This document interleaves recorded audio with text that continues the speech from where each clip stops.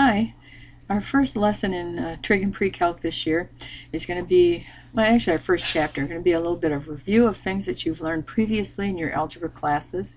Today we're going to be looking at the topics of algebraic expressions and simplifying them, mathematical models, which really is the most important thing that we can teach you in mathematics. That's how to use math to solve problems in the real world. And we will also take a look at our real number system and how some properties of the ways that it works. So we're going to begin with algebraic expressions, and what we need to do first is define what that means. An algebraic expression, folks, is really just a mathematical phrase. It's made up of numbers, variables, and operations. Might be something like 3x or 4y squared minus 1 or x squared over z to the fourth power. All of those things are algebraic expressions made up again of numbers, variables, operations. As we evaluate algebraic expressions, what we're really doing is substituting values in for the variables and then using the correct order of operations to evaluate or shrink down the expression into something that we can work with. We've got to talk a little bit about the order of operations. Most of us will remember it by the mnemonic PEMDAS. Please excuse my dear Aunt Sally. The P in that name stands for parentheses, but really that can be any kind of grouping symbol. So that could be brackets, it could be a fraction bar, it could be a radical, all of those group elements together. The E in that name stands for exponents. So parentheses are grouping first, then exponents come next. Multiplying and dividing get the same priority when you're simplifying. It's just that you do the operations multiplication and division as they occur when you read through the expression left to right. Same thing is true with addition and subtraction. They have the lowest priority. However, as you're reading through an expression left to right, you do addition and subtraction. Let's see if we can make some sense out of that. We're going to evaluate the expression 8x minus y when x is 3 and y is 4.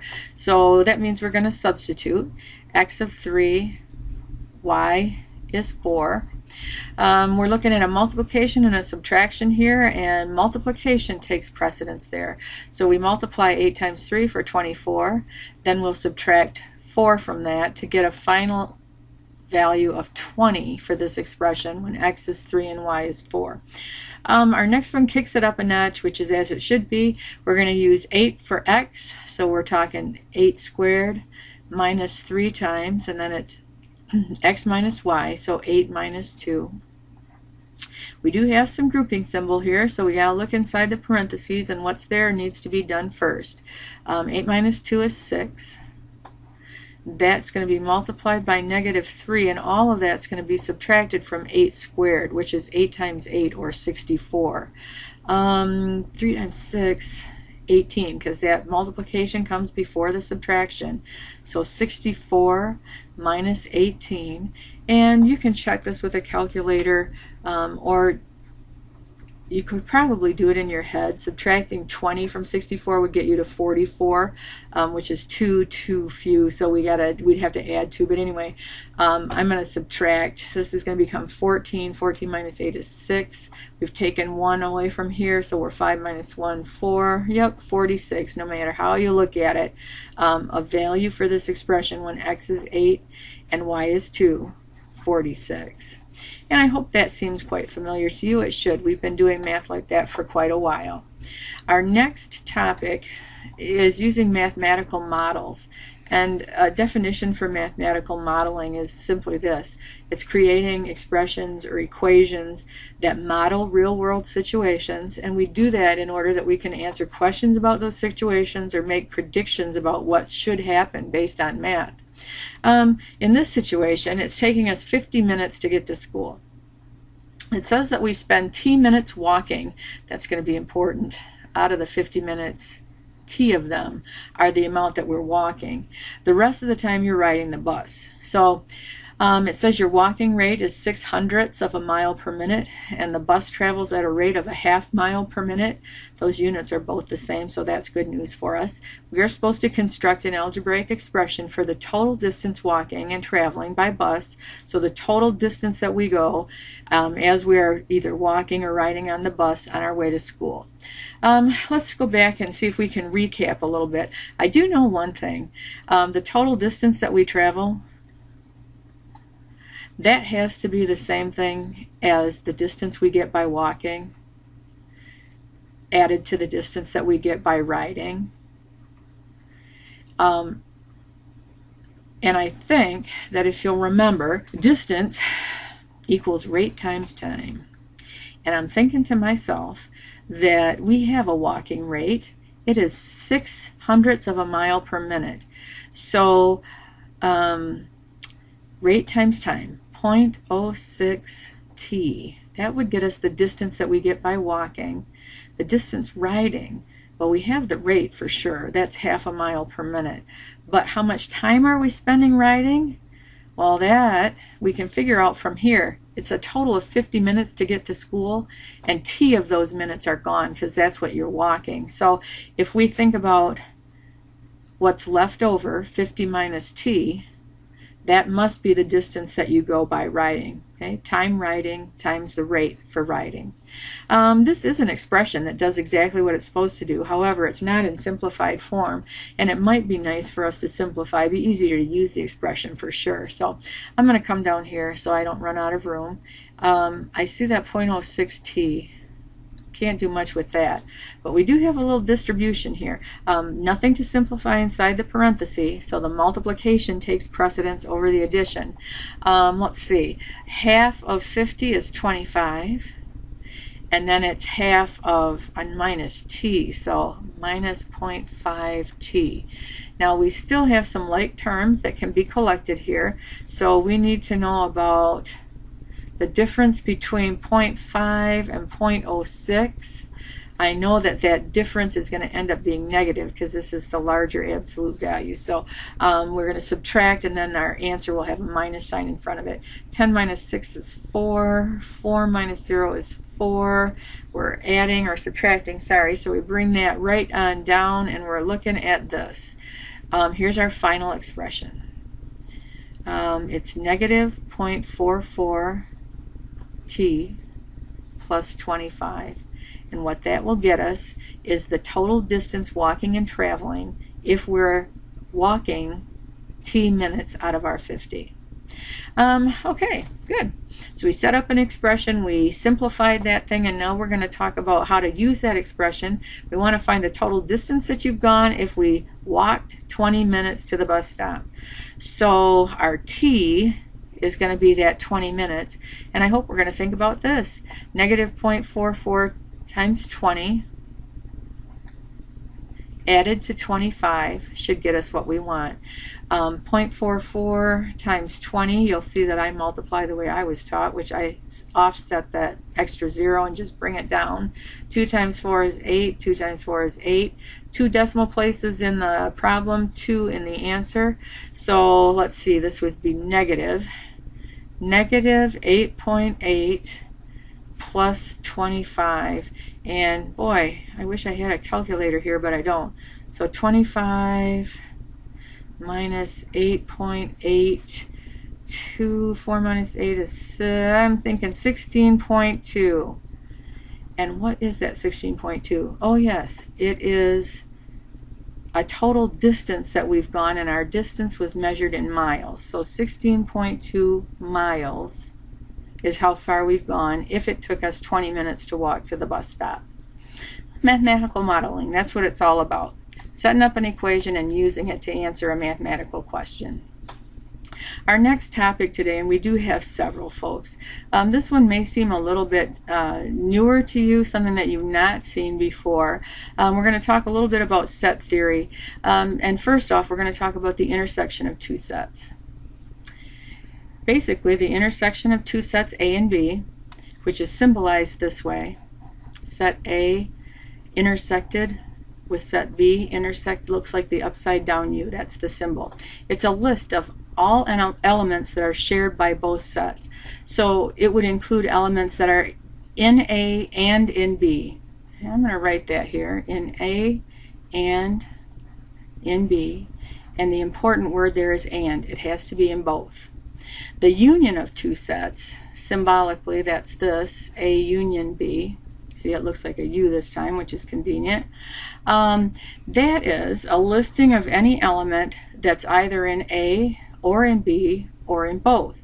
So if you think about this, this means that you're going to talk about every single element that's contained in either set or both. This is only elements that are shared by the two sets. Important distinction. The words or in here are the important one. Could be in A or in B or in both. What we're to do here, we've got a couple of simple sets. We're going to find a union and an intersection for those two sets, and we're going to start with the union. A union B. We're going to list this. It's called in the roster method, by the way. I should show you what my pullout says. These two sets are listed by the roster method, and that's what we're going to use here too. So a list of things. A union B, so it's got to be in A or in B or in both. Well, we've got in A a 3, a 4, a 5, a 6, a 7, and then in B a 3, we already got that, so we don't have to write it again, a 7, which we already have, 8 and 9. Guess I better get my comma in there. So we've a roster or a listing of all the elements that are in A or in B. Okay. The intersection, well, there are only two elements, and I think we talked about both of them. The 3 and the 7 were in both sets. So our intersection, just those two elements, and we listed those by the roster method.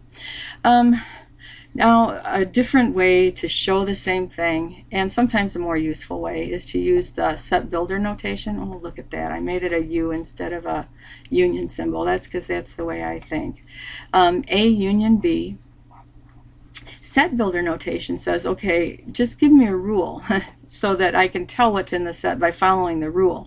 And the way that looks in this case would be this. X, so our set A union B is going to contain X such that, that's what the up and down bar means, such that. And we can look at this and you'll see it's all the integers from 3 to 9. We can write that in a compound inequality. So 3 is less than or equal to X is less than or equal to 9. And the only thing that we have to do is state that given X is an integer,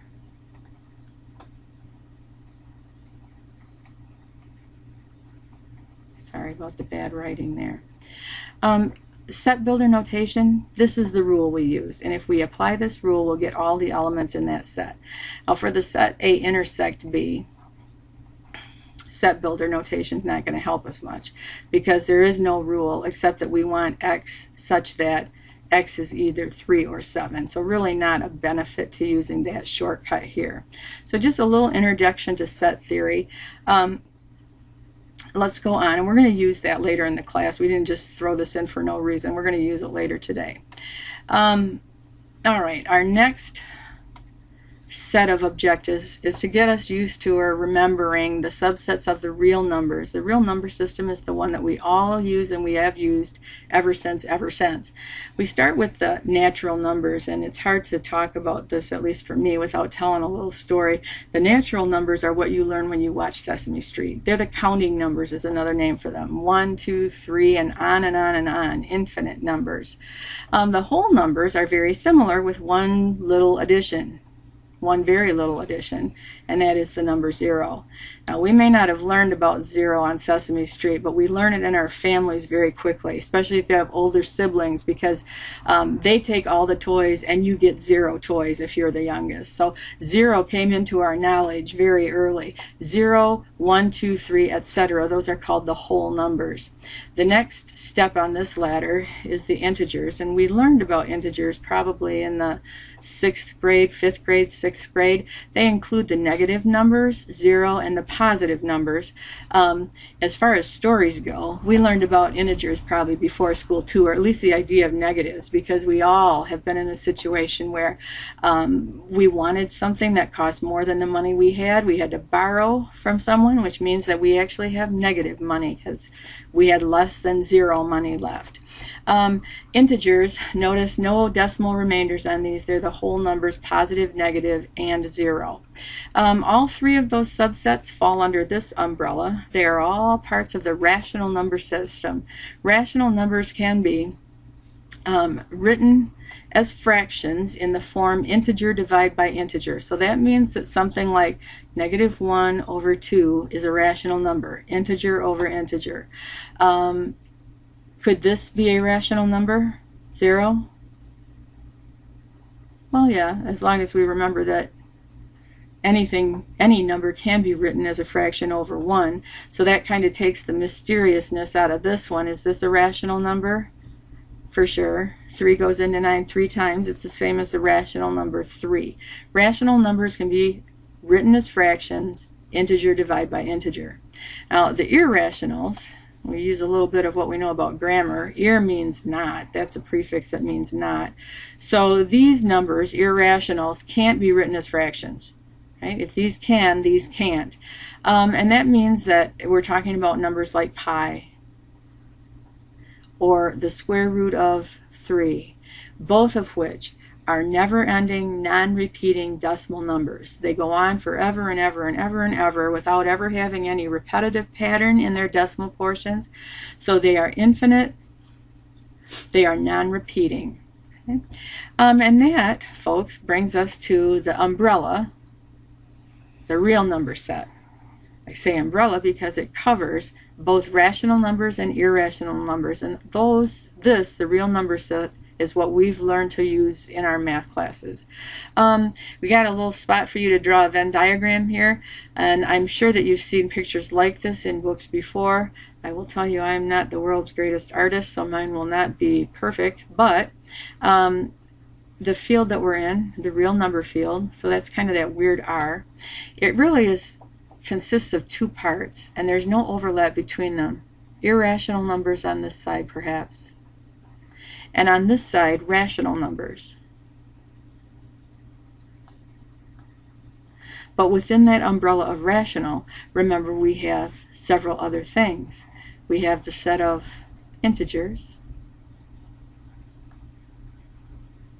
and the integers contain the whole numbers,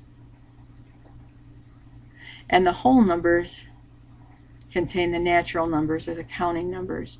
Well, there's a little Venn diagram again, not real cool, but it works.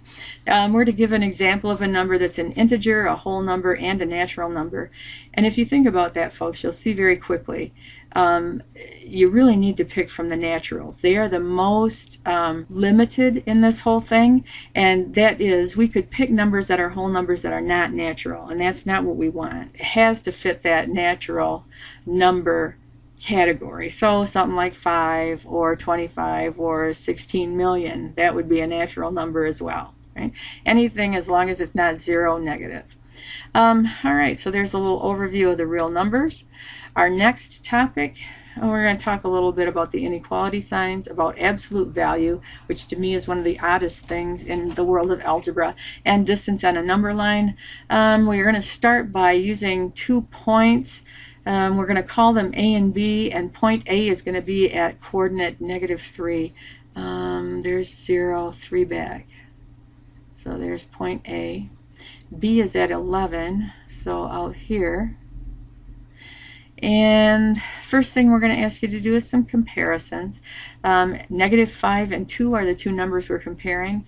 -5 is to the left of 2. That means that it is less than 2. So less than is the sign that belongs there. This comparison may be not quite as straightforward. It would help if we reduced, we can tell a lot more about numbers if we reduced a fraction. So 9 goes into 18 twice. This is like the fraction, whoops, 2 over 1.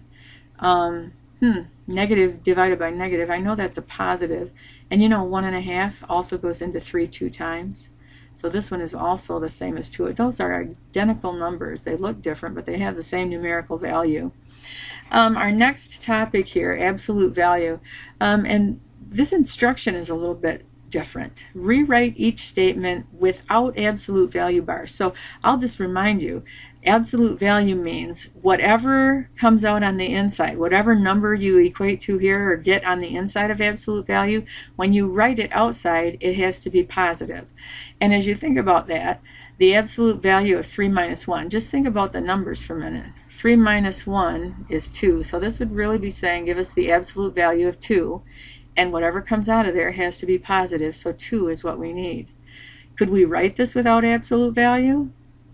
Sure. Just 3 minus 1 is 2. As long as that first number is the larger, it doesn't matter if we're talking absolute value or not. Here, the situation's reversed. The absolute value of 2 minus pi, well, 2 minus pi is 2 minus 3.14. That gives us a negative 1.14 in there in the absolute value, which I know comes out as 1.14. So if I want to write this without the absolute value symbols, it has to be an expression that gets me 1.14 about. That means I have to have them turned around the opposite way. Pi minus 2. 1.14. The larger number has to come first if we want to make that, force that to be positive. Now the last one's a little bit different. We're only considering x negative, so x is always less than 0 or negative. And we know that if we put a negative number in here, we're going to get a positive. So this would come out to be positive x. And on the bottom, x is negative, so we'd have some negative number down here. Does that make sense? Well, I'll tell you what, if I want to rewrite this without the absolute value, I have to make sure that my negative number turns positive. And the way to do that is to say take the opposite of my negative number, and then I'm dividing by some number.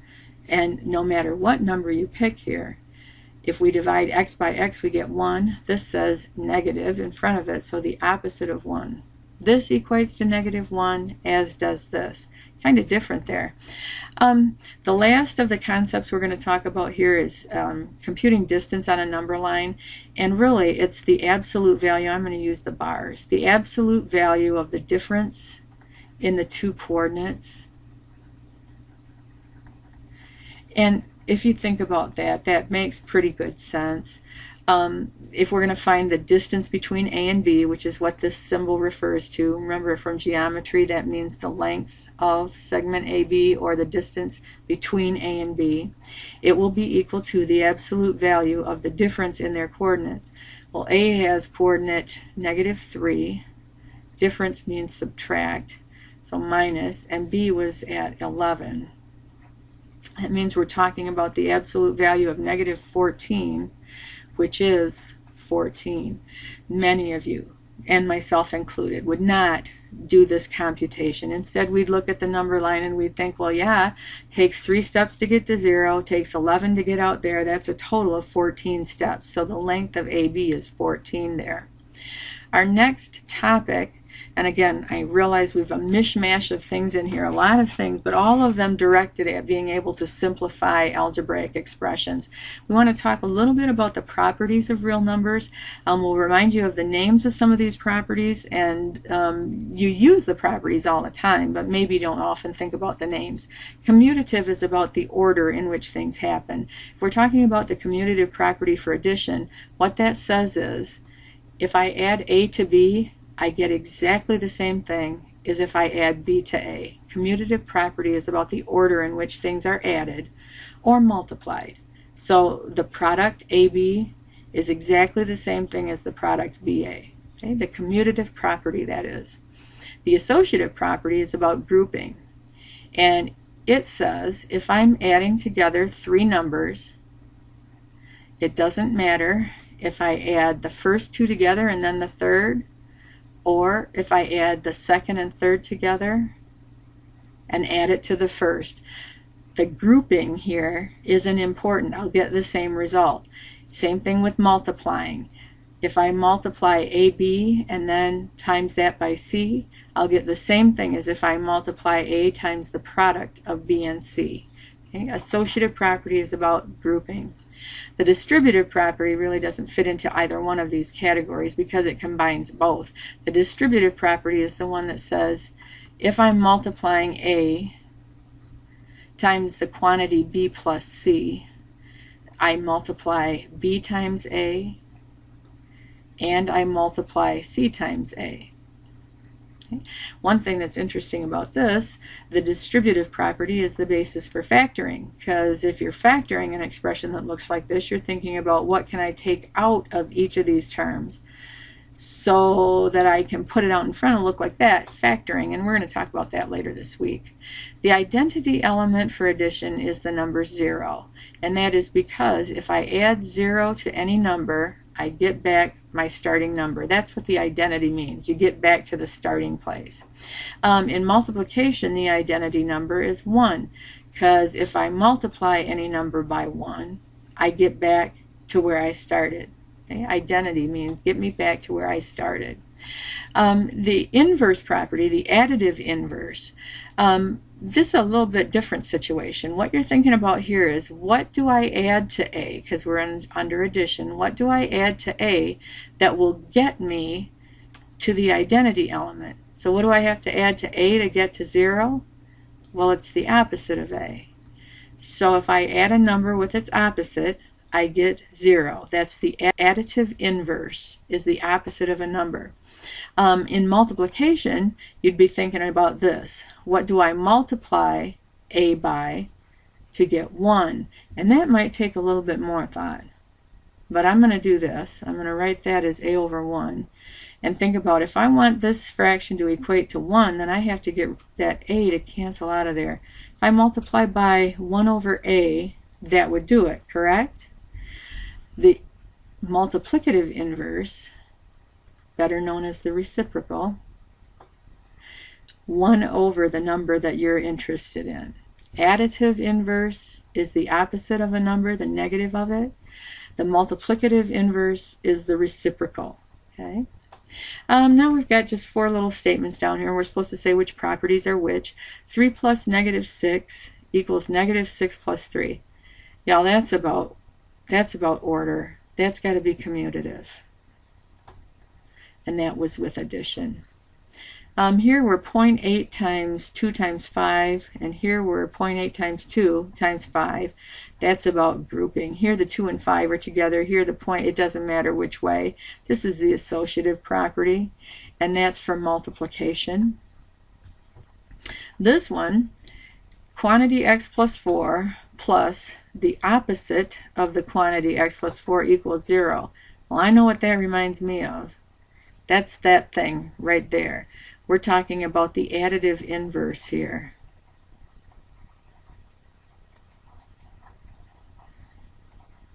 So that when we add, what do we have to add to an element to get it back to the identity, which is 0 for addition? This one we'll all know and love. Got a mixture of addition and multiplication. That's the distributive property. And we're all familiar with that. We use that one quite frequently. Let's see, we're almost there. We're getting ready for our big finish. We've said or mentioned simplifying several times today, and so let's talk about what it means for an expression to be simplified. If an expression is simplified, each variable is listed only one time. Any exponents that you use have to be positive, and there can only be one constant, or you might think about that as being a number that stands by itself, like that 6 right there is a constant. Before we start talking about simplifying, just a quick reminder about the properties of negative numbers. If I multiply a number by -1, I get the opposite of the number. Okay, the opposite of the number. If I take the opposite of a negative number, I get back to number, opposite of opposite, right? Here we're saying negative a times b, and we'll all remember when you multiply a negative times a positive, you get a negative. Here we've negative times negative. Result of that multiplication will be positive. And these are the ones that I want us to pay special attention to. The negative is out in front of a parenthesis. That means everything in here needs to be negated. Or you might think about it as distributing a -1 across that parenthesis. So -1 times A plus -1 times B. And most of us are going to remember that plus the negative thing. We could rewrite this and it would be -A minus B. Okay? Both things change sign. When you multiply by -1, you change the sign. Both things change sign here. Same deal here. We're going to distribute that -1 across the parenthesis, and it's going to -1 times A, -A. There was a minus there. -1 times B is -B, and we are going to remember minus a minus, that's like adding, so -A plus B. I would just ask you to think about this now in terms of common sense. When we multiply by -1, we change the sign on the thing. This one was positive, it turned to negative. This one was negative, it turns to positive. Okay, good. Now if we can do that, then we can jump right in here and simplify these last two. Notice we've got some grouping symbols here, a pair of brackets, a set of parentheses. Parentheses need to be looked at first. And there is nothing inside there that we can change. We don't know what x is, so we can't do anything in here. However, the next thing within the bracket is this distribute by -1 thing. We can do that. So that's got to be our first step. And I am going to equal signs I'm going to work out sideways here. The 6 was there from before, plus 4. Now we're inside our brackets. We have 7, and it's going to change the sign here, minus x. It's going to change the sign here, plus 2. Next step, all this stuff inside the bracket can be simplified. 6 plus 4, because we've got some like terms in there. 7 and 2 are 9, and we still had a minus x. Next thing, so I'm looking at operations now.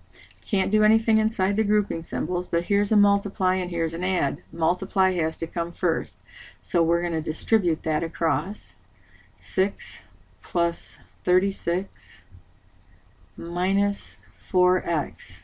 Okay, 4 times -x minus 4x. And that simplifies. We've got some like terms we can collect. So 42 minus 4x.